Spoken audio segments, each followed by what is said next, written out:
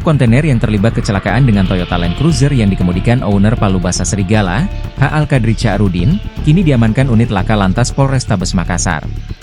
Truk kontainer berplat roda 10 itu, terparkir di halaman posko Laka Lantas Todopuli, belakang Pasar Butung, Kecamatan Panakukang, Makassar, Kamis, 3 Oktober 2024, siang. Pantauan tribun di lokasi, serpihan kaca mobil yang diduga berasal dari tabrakan Toyota Land Cruiser, masih terdapat di sisi kanan belakang truk kontainer. Di bagian badi kepala truk terdapat kode bertuliskan 0206P14TRN Makassar.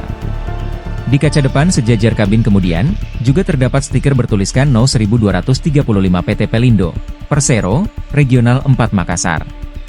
Saat kecelakaan terjadi, truk dikemudikan pria bernama Wahyudi, 36, warga Tamalalang Kecamatan Tamalan Rea, Kota Makassar.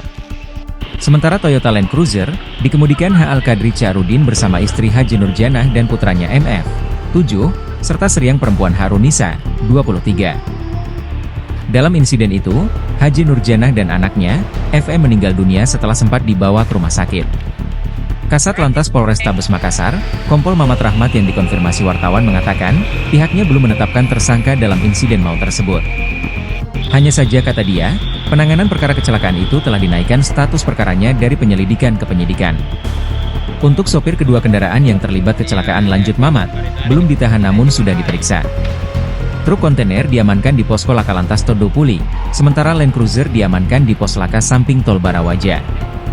Sebelumnya diberitakan, kecelakaan maut terjadi di Jalan Tol Layang AP Petarani dekat turunan Jalan Boulevard, Kota Makassar, Sulawesi Selatan, Rabu, 25 September 2024, malam.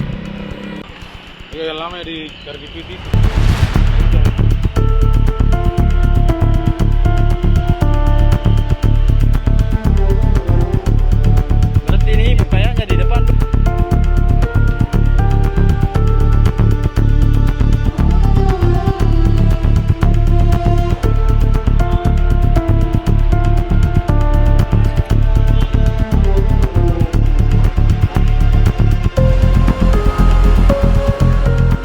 Download Tribun X sekarang, menghadirkan lokal menjadi Indonesia.